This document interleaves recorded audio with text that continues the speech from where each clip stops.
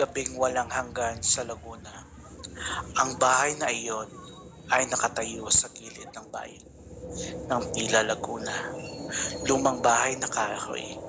Kinakalawang ang mga bintana at ang pintura ay halos kupas na. Nito lumaki si Elena kasama ang kanyang Lola Ising.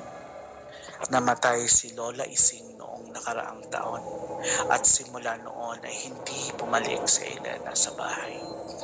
May kakaiba kasi siyang naramdaman doon. Isang lamig na dumadampi sa kanyang balat sa tuwing naiisip niya ang bahay. Noong Semana Santa, napilitan si Elena na bumalik. May mga papeles na kailangan niyang pirmahan para sa pag-aayos ng mana.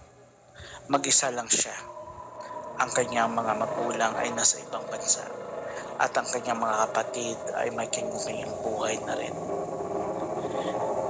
Nang nakarating siya sa bahay, ramdam niya agad ang kakaibang atmosfera. Ang hangin ay tahimik, walang huni ng ibon, walang ingay ng mga kuliglig. Parang huminto ang oras.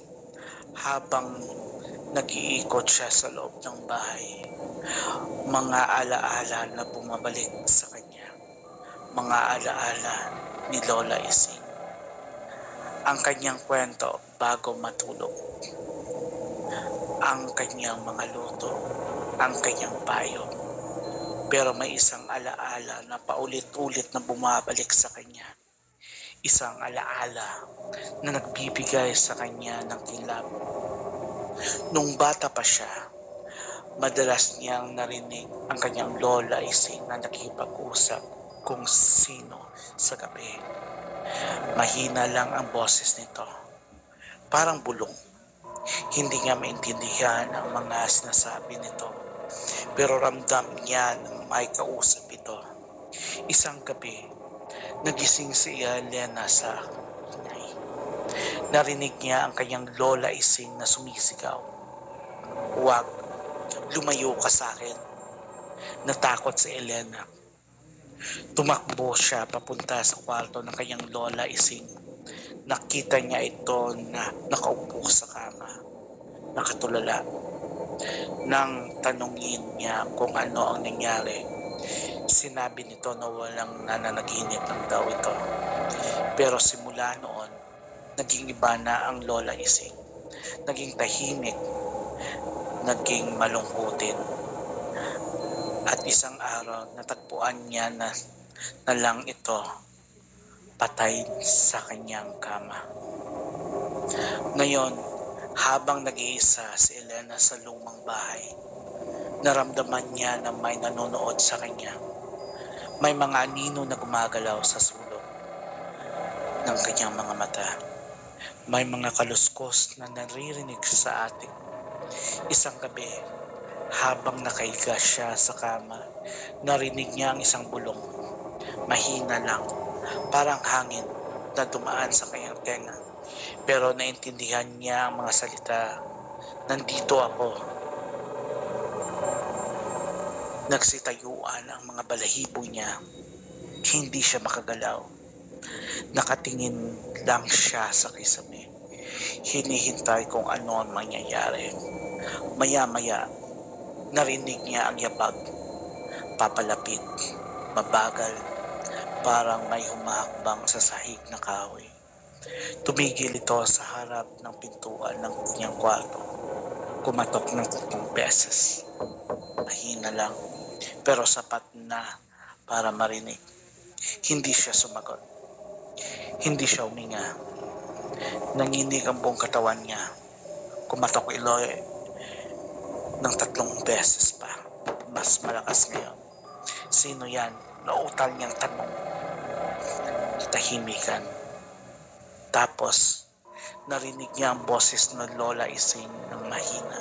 Garalgal, "Anak, buksan mo ang pinto." Naninigas siya. Alam niyang hindi iyon si Lola Ising. Alam niya. Kumatok uli ng 3 beses. Mas malakas pa ngayon. parang gigibain na ang pinto. Hindi, sigaw niya. Lumayo ka sa akin. Narinig niya ang isang ungol. Isang nakakatakot na ungol na parang hayop na nasasaktan. Tapos, katahimikan uli. Nang umaga na, lumabas siya sa kwarto. Wala siyang nakita pero ramdam niya pa rin ang presensya. Alam niyang nandyan pa rin ito. Naghihintay. Simula noon, hindi na siya bumalik sa bahay ni Lola Ising.